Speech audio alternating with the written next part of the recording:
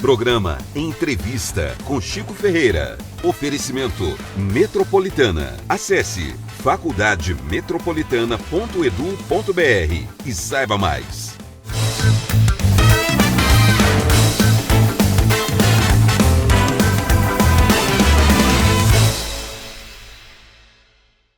Agora, em maio de 2025, a professora titular do Departamento de Administração da USP de Ribeirão Preto, Cláudia Passador, completa um ano como presidente da Sociedade Brasileira de Administração Pública.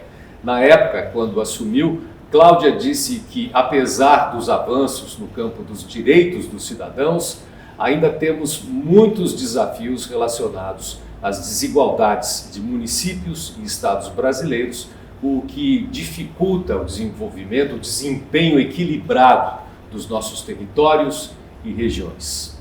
Cláudia, bem-vinda ao nosso entrevista. Eu que agradeço o convite. Uma honra estar presente aqui nessa discussão.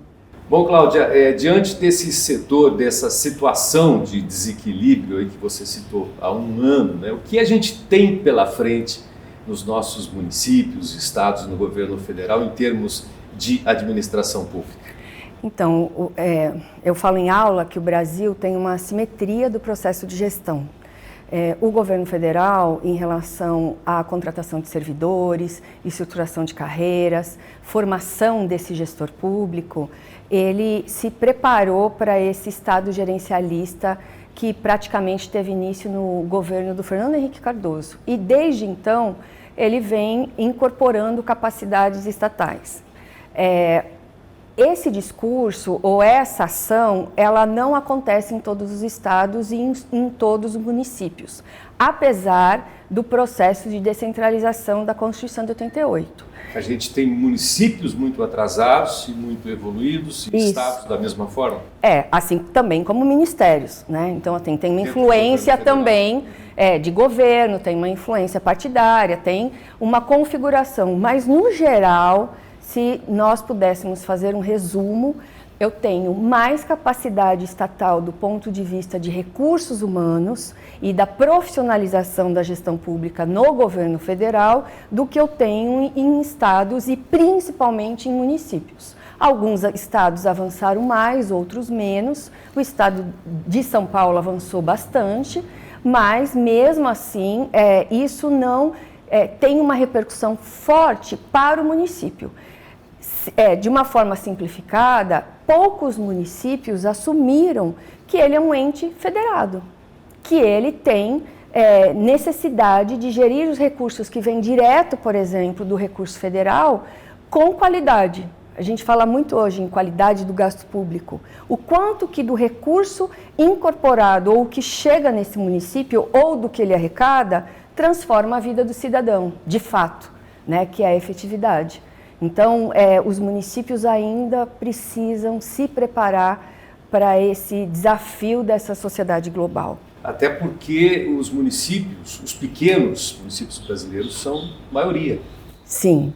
E pouca gente se dá conta disso, né? Quando a gente pensa no Brasil, a gente tem uma ilusão sobre o que é o Brasil de fato. O Brasil vende a imagem que é um país moderno, industrializado, e que vive também da exportação de commodities, principalmente soja, etanol e café. Mas o Brasil é muito mais do que isso e ele é caracterizado por quê? Porque mais de 70% dos municípios brasileiros têm menos de 50 mil habitantes. Então, assim, o Brasil é um país rural, de pequenas cidades que vivem de atividades agrícolas. Às vezes, elas dizem respeito, por exemplo, à produção de soja ou de café, né?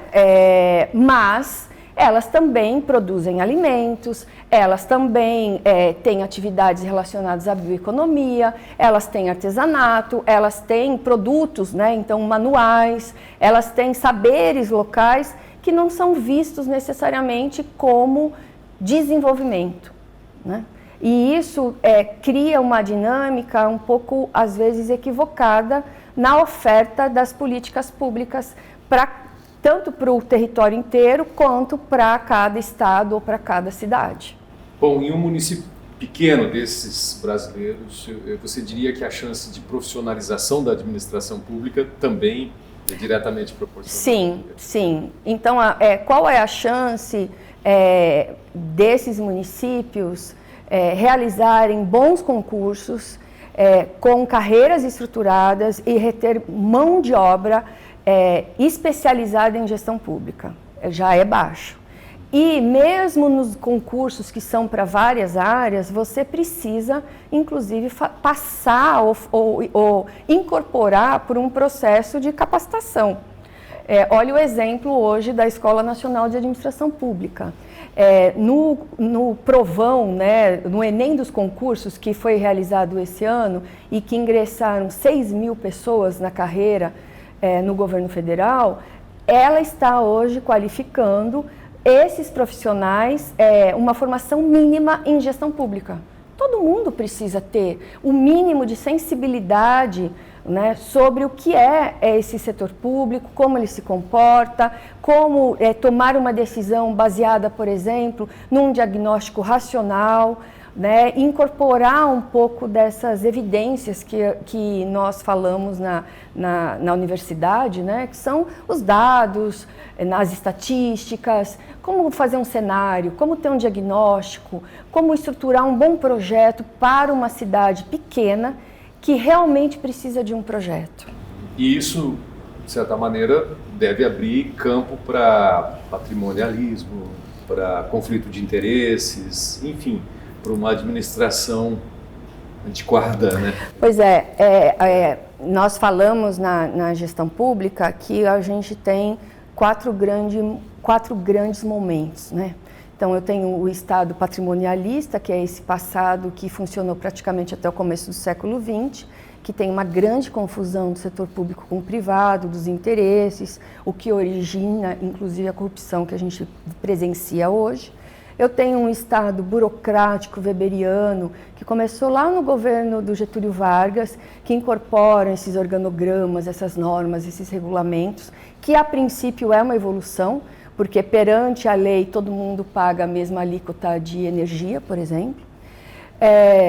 Tem um momento do Decreto-Lei 200, na década de 60, que incorpora, inclusive, a contratação do setor privado, né, e abriu portas para esse processo de industrialização, mas o grande marco, depois desse momento, né, da racionalidade weberiana, é o momento do gerencialismo, né, na década de 90, que fala sobre a incorporação de ferramentas do setor privado no setor público, como, por exemplo, qualidade, como remuneração por desempenho, como competências.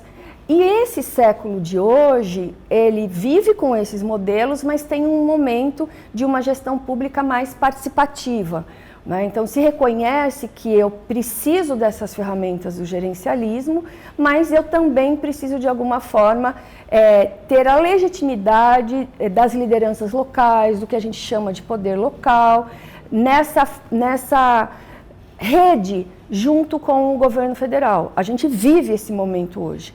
Qual que é o grande problema da administração pública? Então, não se profissionalizou necessariamente, nem todos os municípios reconhecem esse papel na atualidade e, principalmente, nós convivemos com todos os modelos ao mesmo tempo.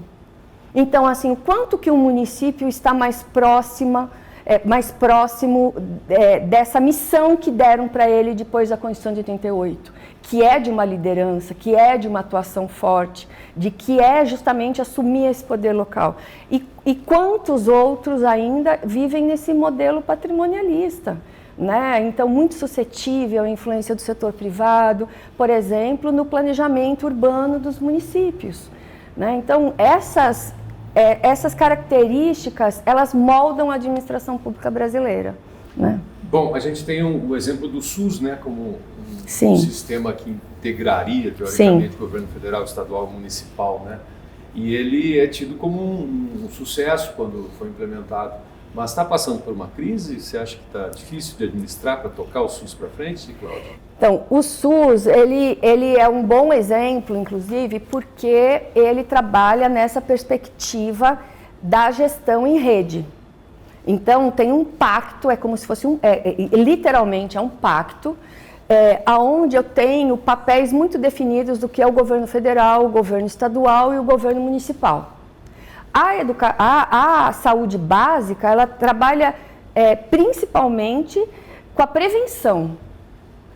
E a maior parte dos municípios que não assumiram essa capacidade de gestão, eles, ao invés de assumirem esse papel de prevenção, eles compram, por exemplo, uma ambulância e enviam seus doentes para uma cidade como Ribeirão Preto, que tem uma saúde no nível de alta complexidade. E aí você implode o sistema, porque ele não lida, ou ele não foi estruturado para funcionar dessa forma. Não é o doente grave, é a prevenção, eu diminuo o número de doentes graves e aí eu atendo todos que realmente precisam desse atendimento de alta complexidade. Do outro lado, por exemplo, a gente tem a regionalização do SUS.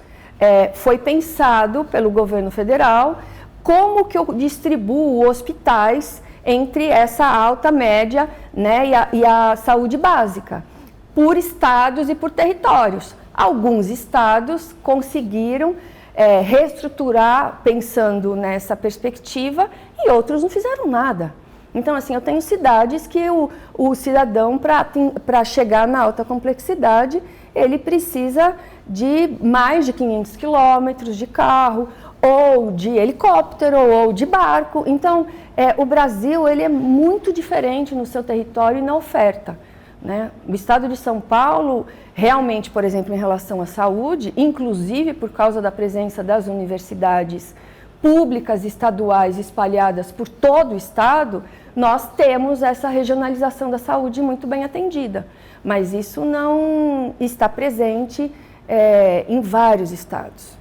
Né? O Cláudia, é um instrumento da administração pública atual, que é a licitação, o modelo de licitação, parece estar sempre correndo atrás do próprio rabo. Eu penso que é como o doping no esporte, né? Sempre tem uma maneira de enganar a fiscalização. Sim. Por que isso acontece, Cláudia? Então, cada vez mais tentam restringir, né, as regras de uma forma geral para minimizar a corrupção nos processos licitatórios.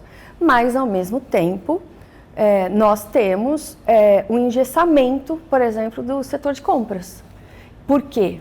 Porque, na prática, esse gestor público, ele não necessariamente tem conhecimento, não tinha nem conhecimento sobre a legislação anterior. E agora, com a reforma, fica muito mais inacessível esses processos, né? Então, você acaba tendo grande dificuldade, né, nesses processos licitatórios na atualidade, principalmente nos municípios. O prefeito ele tem aquele afã de querer fazer, né? Ele quer fazer a qualquer custo para marcar a administração dele, né? Mas esbarra na legislação. Mas ele não é que ele esbarra na legislação, ele esbarra na capacidade dos recursos humanos que ele tem disponível nesse município. Por isso que eu acredito muito nos processos de capacitação, nos processos de formação, nos cursos de especialização, porque esse profissional que está no município, se ele não tiver uma formação adequada sobre essa legislação, sobre esses procedimentos, ele não vai conseguir realizar esse processo de compras, né? Ele não consegue fazer, por exemplo, numa obra pública, ele tem uma dificuldade, inclusive, para fazer um projeto, né, que vai dar origem ao próprio processo licitatório, e aí faz errado, né? Então não prevê algumas questões, né? Deve ser difícil esse embate no dia a dia, né? O prefeito quer fazer a obra, o profissional que entende da legislação vai lá dizer: ó, prefeito, não dá, mas eu quero. Então, mas ele nunca pensa em contratar uma formação para esses gestores. E quando me procuram, eu falo assim: você passou por uma reforma administrativa? Você chegou no século XXI? A segunda questão: você tem capacidade de recursos humanos, que é o que a gente, entre outras coisas, falam de capacidades estatais? Quer dizer, qual que é a capacidade estatal desse município? Nós sabemos a realidade desses municípios. Muitos municípios vivem só da folha de pagamento da prefeitura, né, e do legislativo. Então, esse sentido que você precisa não só rever também os recursos humanos, mas, por outro lado, rever também o que o prefeito olha como desenvolvimento nesse município. A gente vai falar desse assunto já, logo depois do intervalo. É um instante só, a gente já volta. Quer estudar em uma faculdade com nota máxima no MEC, com os preços mais acessíveis do mercado? Na Faculdade Metropolitana, você garante uma formação de excelência. São mais de 30 cursos de graduação EAD por apenas R$ 99,00 mensais e mais de 300 opções de pós-graduação e MBA EAD a partir de R$ 79,00 mensais. Transforme o seu potencial em conquistas. Na Faculdade Metropolitana, seu sucesso começa agora. Acesse faculdademetropolitana.edu.br e saiba mais. Estou hoje conversando com a professora titular do Departamento de Administração da USP de Ribeirão Preto, que é a presidente da Sociedade Brasileira de Administração Pública há um ano, desde maio de 2024. Professora Cláudia Passador, a gente estava falando justamente dessa dificuldade dos municípios, alguns municípios que se preocupam apenas com a folha de pagamento, né, e essa falta de capacidade de projetar uma administração em termos mais amplos, né? Você acredita que a gente está num curso de mudança ou ainda vamos bater muito tambor nesse mesmo ritmo aí? Pois hoje eu acho que todo mundo percebe que nós temos problemas muito graves. Eu acho que na sociedade como um todo, não só no Brasil, né? Na administração pública tem o que nós chamamos de wicked problems, que são problemas complexos. Eu falo, por exemplo, da dengue, né? A dengue é um problema complexo. Por quê? Porque nós olhamos a ciência do ponto de vista das caixinhas, né? Então, ela está na caixinha da saúde.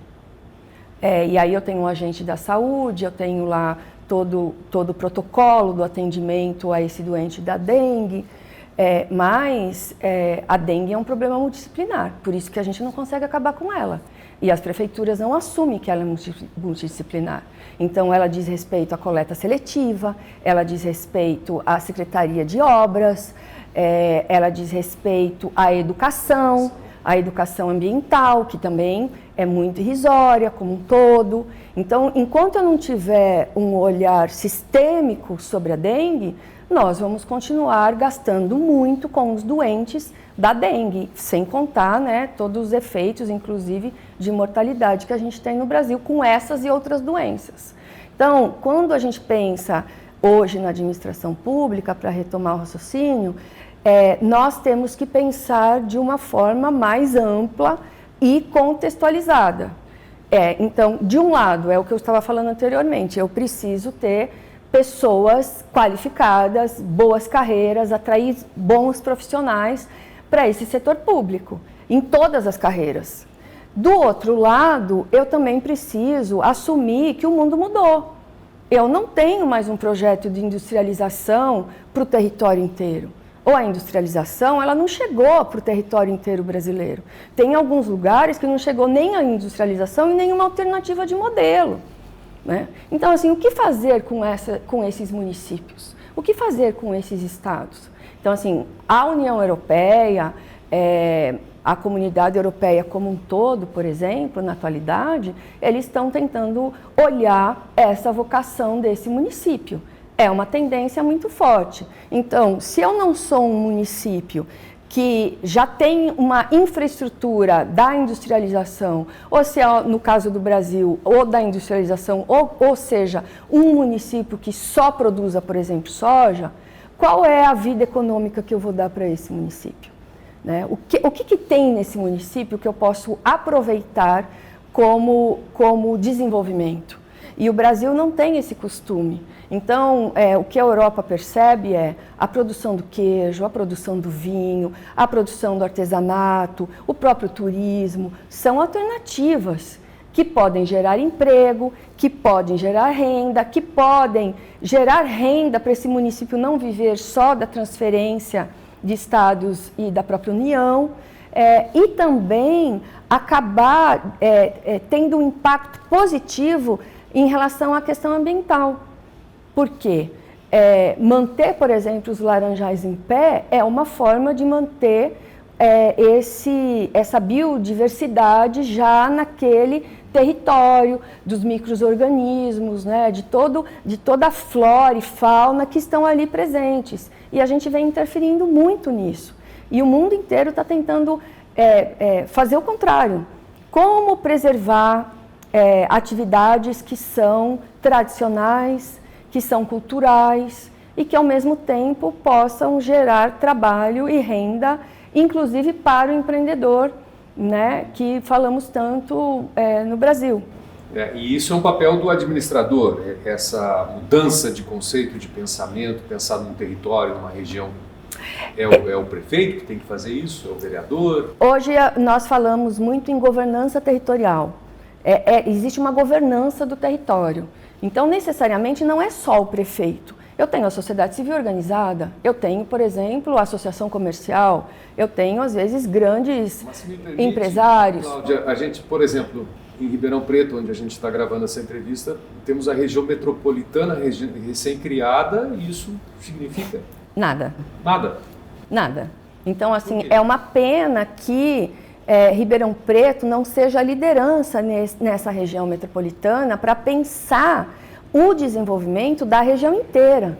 O desafio não é só pensar a gestão do município, mas é pensar a gestão inteira. Por quê? Grande parte da mão de obra de Ribeirão Preto vem dessas cidades vizinhas. Mas, se eu não cuido dessas cidades vizinhas, eu tenho graves problemas sociais e eu tenho, por exemplo, aumento da violência em Ribeirão Preto. Então, assim, qual que é a solução?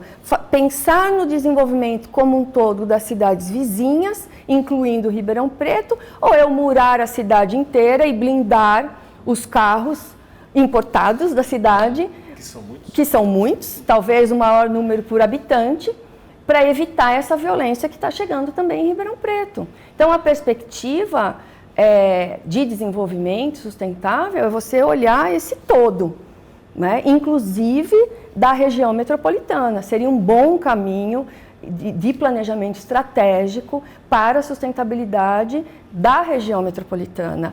E o setor público, realmente, ele faz parte dessa governança, mas eu acredito muito nessa liderança do setor público, né, dentro desse processo. Ele tem um papel crucial. Bom, Cláudia, você tocou de leve no assunto do empreendedorismo, né, que você, como coordenadora do curso de Gestão Pública, MBA da USP, fala muito nesse conceito que a gente tem de idealizar o empreendedorismo. E você tem uma visão crítica sobre isso? Na verdade, eu não tenho uma visão crítica sobre o empreendedor, né? Eu acredito muito nessa possibilidade, né, da pessoa realizar esse sonho de empreender, de ter um grande negócio, né, ter uma autonomia. Mas, na prática, tem um pouco uma ilusão sobre esse discurso do empreendedorismo. O que tem hoje na atualidade é o que a gente chama de empreendedorismo de necessidade. Por quê? A pessoa virou empreendedora porque ela não tem emprego, porque ela não tem formação. Então, eu não tenho nem o projeto da industrialização absorvendo essa mão de obra, e essa pessoa não entra também nessa nova era, que é a era do conhecimento, porque ela não tem uma mão de obra altamente especializada, com graduação, com MBA, e ela não consegue um bom emprego. Então, se vende um discurso na atualidade que ele, apenas sendo um empreendedor, ele vai conseguir dignidade. E a gente vê muitos empreendedores hoje com uma grande dificuldade em manter o mínimo, que é o quê? Condições de habitação, de moradia, né, decente, né, de segurança alimentar, né, ou da própria saúde, né? Então, assim, tem uma dificuldade real desse empreendedor que muitas vezes cai nos índices da mortalidade das pequenas empresas. A saída que nós percebemos, e é uma coisa que eu defendo, é que esses empreendedores, eles têm chance quando eles trabalham em rede. Quando ou eles se juntam num consórcio, ou numa cooperativa, ou numa associação, ou numa rede mesmo que informal. Eu acho que um bom exemplo aqui da região é o polo cervejeiro, que resolveu se unir para fazer frente às cervejas internacionais. Então, assim, qual característica todas as cervejas de Ribeirão podem pensar? O que precisa ser valorizado nessa cerveja de Ribeirão? Como que eu aumento a minha produção? Né? Como que eu incorporo mais conhecimento nesse polo? E esse polo hoje, ele vem sendo pensado em conjunto, mas é um conjunto de empreendedores, produtores de cerveja. Então, eu acredito que esse polo, ele vai ter grande futuro. Né? É claro que também as coisas não acontecem à toa, tem mão de obra especializada, gente com conhecimento, inclusive nesse polo cervejeiro, inclusive aluno, né, dos cursos que nós ofertamos pela Fundace e pela Faculdade de Economia, Administração e Contabilidade da Universidade de São Paulo. Agora, por que faz tanto sucesso essa ideia do empreendedor que pode dar certo sozinho, sem apoio, sem essa união em torno de um polo ou de uma cooperativa? Porque as pessoas, no fundo, eu acho que é um pouco de uma herança, de um discurso do século passado que acreditava muito nesse self-made man. Né? Então, assim, esse empreendedor, padrão Silvio Santos, Antônio Emílio de Moraes, que fizeram grandes fortunas, sozinhos, né?